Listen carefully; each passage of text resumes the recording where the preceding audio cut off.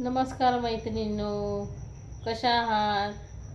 आज पहा माझी दीदी जी आहे ती आज ना माझ्या हातावर, उद्या पंचमी आहे ना, पंचमीसाठी मेहंदी काढत आहे. बघा, आजकाल आईनं मुलीच्या हातावर काढायचं असते मेहंदी, पण ॲक्च्युअली मला त्याच्यातलं काही जमत नाही ना, येत नाही.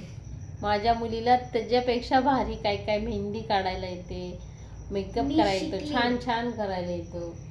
बघा ती कशी काढते, तुम्हाला एकदा दाखवते. माझी दीदी छान मेहंदी काढते ना, छान डिझाईन.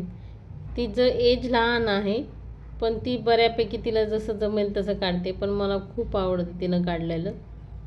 पहा ती किती छान डिझाईन काढते, कोण धरण्याची तिची स्टाईल.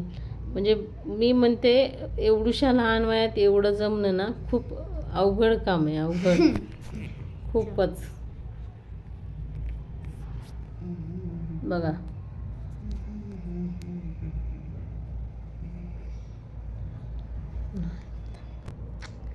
आता जसे की आईने तुम्हाला सांगितलंच असेल की मी मेहंदी काढत आहे आईच्या हातावर. तर मी तर माझ्या बहिणीकडनं शिकले. माझी मोठी बहीण, मावस बहीण, तिचं नाव परी आहे, तिच्याकडनं शिकली. आणि आम्ही दोघी एकाच ग्रेडमध्ये आहोत. तर आम्ही दोघी ना सोबत शिकलोय, सगळं काय केलंय. त्यामुळं आता मला अशी मेहंदी जमायला लागली. नाही तर पहिलं मला काहीच येत नव्हतं, धरायला पण येत नव्हतं.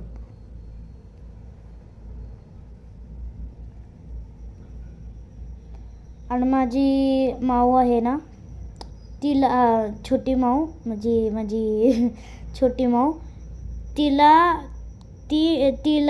येतं ना.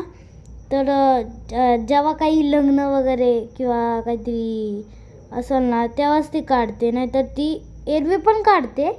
मग मी आणि माझ्या बहिणीने फैसला केला होता की आपण दुसऱ्याच्या आपल्या हातावर कोणी काढत नाही ना, मग आपण आपल्या हातावर स्वतः काढायची मेहंदी.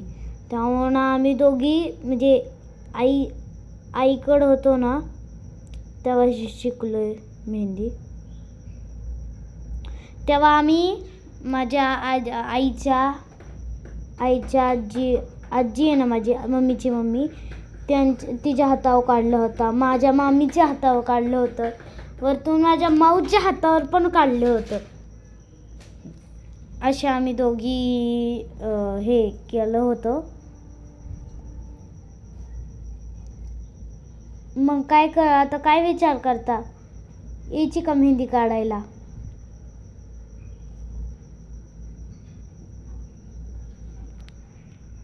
बोल.